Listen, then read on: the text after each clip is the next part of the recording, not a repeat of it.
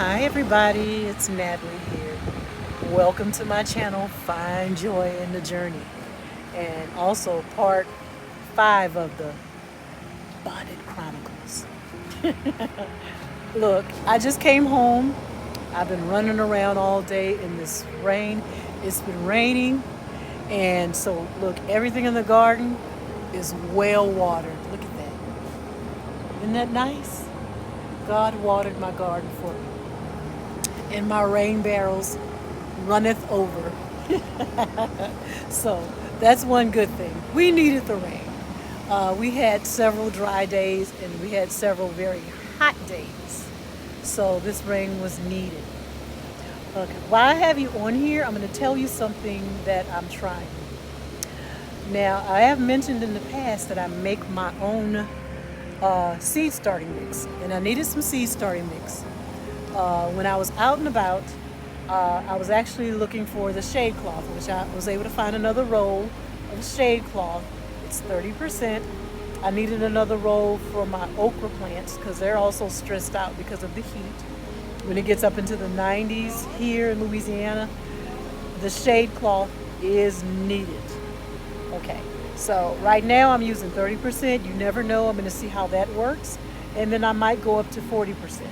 But I don't know yet. So I got to see how this works out first. But I was out going to, the only place I can find it is Lowe's. And while I was there, I just started looking at the seed starting mix. Because I do have some seeds that I want to, turn into seedlings. So I normally make my own seed starting mix. And I normally use peat moss, perlite, vermiculite. And that's it. But I was just wondering, what if I never hear about people using fertilizer on their on their seedlings, or they wait until the plants are full grown before they do that. But I was just wondering, would it hurt if you do? So I actually, while I was in there and I'm checking out the seed starting mix, the bags, the most popular one is Jiffy. I decided to pull out my phone and look it up and see different types of recipes for seed starting mix. And I found one that is peat moss, perlite or vermiculite, worm castings and compost, and sand. So I'm not going to use the sand, but I have decided to use the earthworm castings and the compost along with my peat moss, vermiculite, and my perlite. So I'm over there stirring up a batch right now. I had all the ingredients right at home. The peat moss, the perlite, the vermiculite. Vermiculite is for water retention, and it also helps the soil. It makes it light and fluffy and aerated. And perlite, it also makes the soil light and fluffy, but that's for drainage. And then of course peat moss. So the only difference is the worm castings and the compost. We're going to see how it works. I have some seeds that I want to put into the little seed trays. So we're just going to see. I'm going to do more cucumbers, corn. What else am I doing? Oh, and more peas. I think that's what I have soaking right now. I'm soaking the seeds, and they're already starting the little sprouts already. I've been soaking them. When I soak my seeds, I use peroxide water. Peroxide water solution. Okay. Also, while I have you here, I wanted to share something with you here on the Bonnet Chronicles. Companion planting. I've been doing a lot of companion planting. My first time companion planting is when I did this raised bed here, and I had peas, beans, those are bush beans, and then I had the carrots. Okay, and those are all plants that grow well together and complement each other. Actually, the beans actually adds nutrients and nitrogen to the soil. So planting beans in the soil is actually it's good for the soil, and it's right next to these carrots. So let's hope I have a great carrot harvest. Now over here I have my cherry tomatoes in this raised bed, and what I added was the marigolds. Now that's for insect to deter insects. So anywhere where I had my tomatoes, I did add some marigolds, French marigolds. Okay, I'm trying not to do shaky cam. On the other side of the raised bed where I have one pepper plant and those 3 tomato plants, I put sweet basil. That's Italian basil. I know that Italian basil is a good companion plant for the tomatoes. So that's what's here. This actually came from the shady area. I had some this basil growing in the little those little stackable planters, and I feel they were outgrowing them. Look, I know they were outgrowing them, because when I took the basil out of the stackable planters, you should have seen the roots. The roots were just, it looked like a basket. Okay, so it was outgrowing those containers. So that makes me wonder about the stuff that's over there now. I need to get them out of those pots and into bigger pots. Okay, so this basil is growing in this raised bed. Anywhere where I had tomatoes, I tried to put some marigolds there. And there's another thing I'm doing. I have rosemary. Let me see if I can get down here where you can see. Okay, right there. Rosemary. Let me tell you what I did. When I go to Lowe's or Home Depot or even Walmart and I'm looking for these plants, I always try to find, excuse my bonnet. My bonnet was twitching because I'm about to tell you something that I do. Don't tell nobody. When I buy plants, I try to find a pot that has more than one plant in there. More bang for your buck. And then when I get home, I separate them, gently separate them. Try not to disturb the roots too badly. And so that rosemary plant there was one big plant. I got those 2 planters, and the other half is right here. Come down so you can see. There's the third part. So in that one container where the rosemary was, there were 3 different little stems. And so I put one here, and the other 2 I just showed you over there. The same with the marigolds. I found I'm so cheap. I'm frugal, not cheap. But that's what I did. Getting more bang for my buck. And not only that, I have to show you the marigolds. When I was at Lowe's, on the clearance rack where they put plants that are, not doing so well or they're dying off, I went over there and I found 2 marigold plants that were dying and brought them home and put these paws on them and revived them. I revived them, honey. They're over there looking great. I'm going to show you. They're alive again. But I just wanted to show you here where I finished this little area where those are my mustards in the shady corner. And what I did is when I was at Lowe's, I got more bricks. None of this stuff came out of lawn and garden. The only thing that came out of lawn and garden were the river rocks. Other than that, this is from cement masonry. Those little things there on the end where I have the marigolds in there, that came from cement masonry. It's just like a cinder block, but it's smaller. And then I have those bricks, and I trimmed it, and then I added the river rocks. So it doesn't have that exposed cardboard. Underneath it is cardboard and weed barrier. So those are my mustards, and I put the marigolds there to deter insects. I showed you the rosemary. Right back there is that super sweet Genovese basil. Look how beautiful it is. It's growing well. And the rest of my bell pepper plants, I actually added some more bell pepper plants. I moved them from that real sunny area over there, and I put them over here in the shady. I decided to throw some shade on it. So I'm throwing shade over in the shady corner. Okay?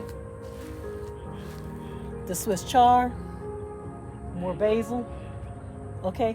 I'm telling you, when I take that out of that planter, I'm gonna I'll record it when I do. If you see the roots, it's amazing. It's growing so fast in that little planter. It doesn't have any more room, so I'm gonna get those leafy greens. I'm gonna get them out of those planters real soon. So I just wanted to show you my companion planting, and before I sign off, I'm gonna show you real quick these marigolds that Miss Natalie rescued. Do you see that? Do they look like they should have been clearanced?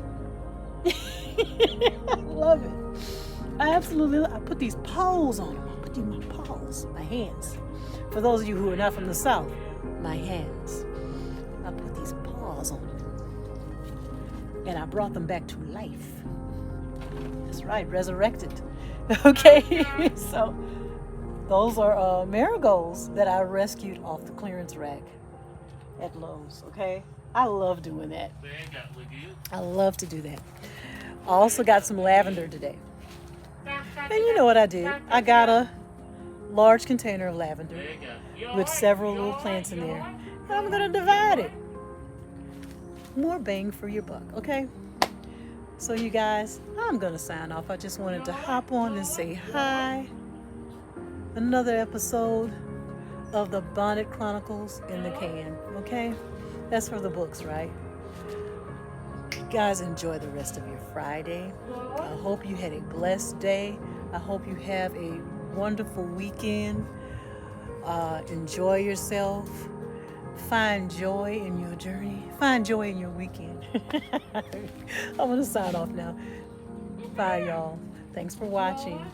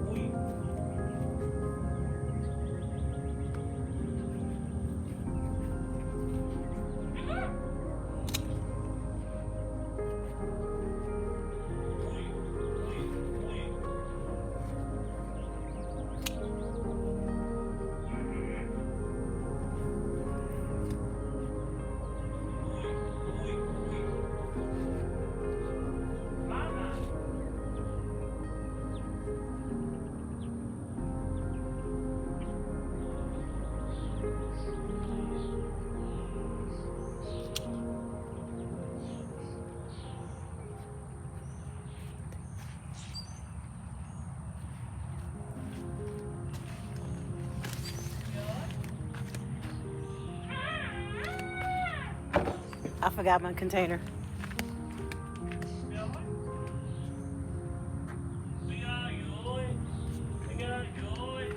Yes, Joshua.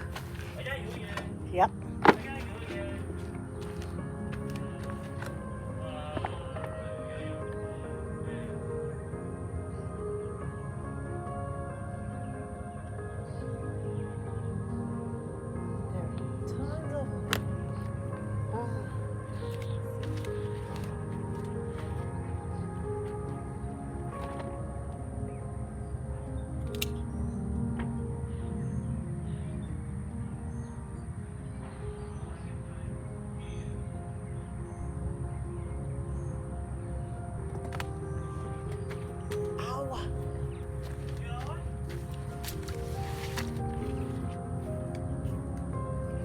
Okras make me itchy.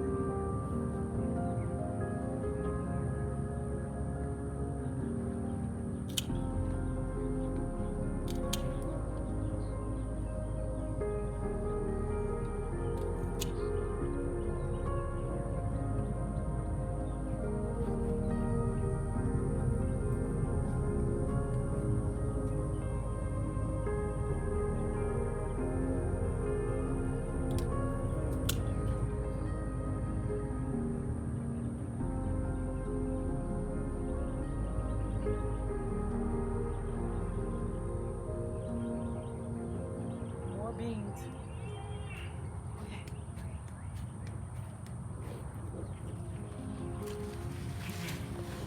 Mommy. Oh. I see beans over on the contender. Let's see. The contender plant is terrible. You want to get a little closer to the okras.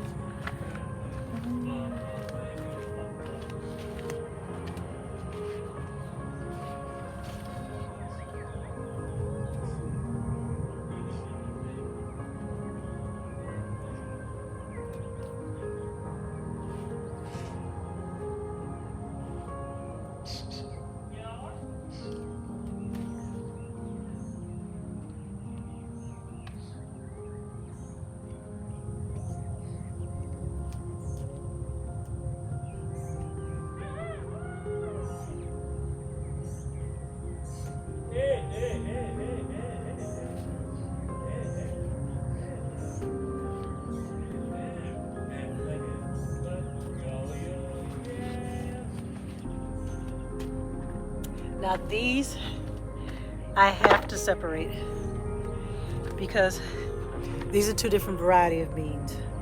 These are the contenders. I'm back in the bonnet. I actually mixed up the okra. I just realized that because I have green velvet okra and I have Clemson spineless. Whatever. I'm just gonna chop it up and freeze it. So I think it'll be okay. But the beans, I don't know why. I want to keep the beans separate. I've always done that. So these are contenders, bush beans, and over here is the Blue Lake that I harvested when I used my shirt. I used Janet's face. So I'm gonna keep them separate. But I think I may be done. Yep, I'm still out here in my bonnet. Thought I was done, huh? Yawn? Okay. Yawn? Look. Okay.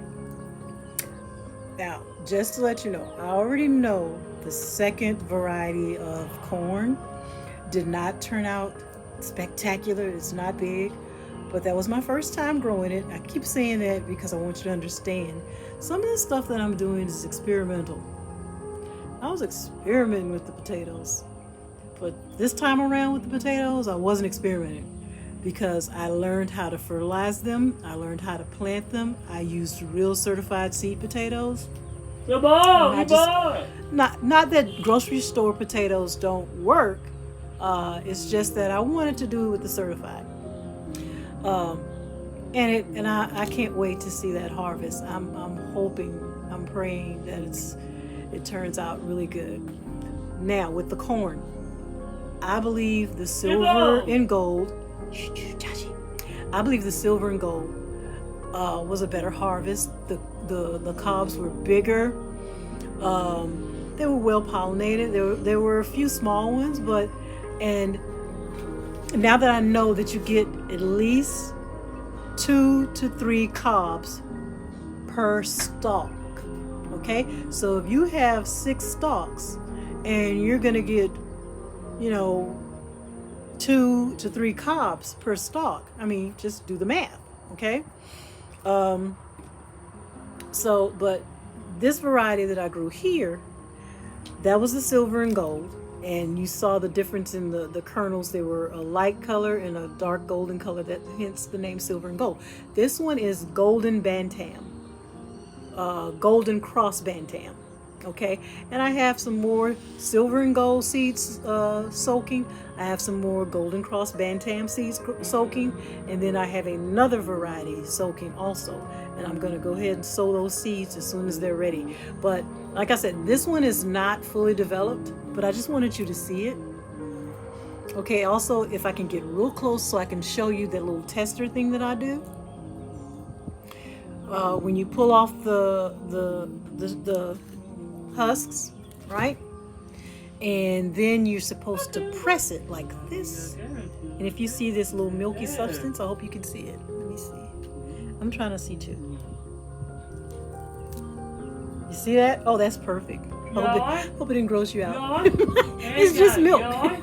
It's good. My mom calls it milk. When I went to see her today, we talked about my corn, and she was telling me how my grandmother would harvest the corn, and there was some for roasting, and then there was some that she would actually take and she would scrape the kernels off, and she also would get the milk. So to show you again, When you do that, Oui. and you oui, see that it's milky oui, and not oui, clear, oui, that's oui. when you know that it's ready to harvest. So this one was ready. It was ready to harvest. So, but like I said, it's not that well developed. But now that I've tried it, that was my first time, and what I learned from the first try, I will put into action on the second try. Okay, so just to show you again, pull off the husks. You alright? You alright? You Janet alright? hanging in there. She's probably You alright? never You experienced alright? this before. You alright? You alright? Well, she's from Indiana, isn't she? She was born in Indiana. You never know. Oh, this one's really underdeveloped. Wow. I think, first of all, fertilizing, keeping them well watered, it's really underdeveloped. This, that's not even the color it's supposed to be. It's really light. Look at that. And it's hard. Okay? I mean, hey, I don't mind sharing with you the bad harvest. You know, I'm going to show the bad Hey, harvest. go in! I'm going to show the good harvest. More okra. Like I said, those are two different varieties. Green velvet, Louisiana green velvet, and Clemson spines. My bush beans. And I have several other bags of bush beans. They're still producing. The contender. Sometimes the contender gives me a large quantity, and then they switch up. And then the bush beans, the Blue Lake bush beans. These are contender bush beans, and the others. Now I have the corn milk in my hand. This is the Blue Lake bush beans. So, hey, I just want to show you that. Yeah, I'm still out here in my bonnet. I'm in my backyard. It's a lazy Friday afternoon. It's all rainy. Look, my glasses is attached to the bonnet. Okay. Now I'm gonna sign out off, and this time I'm signing off for real. I was gonna show you something else, but next time we'll get together. I'll see y'all.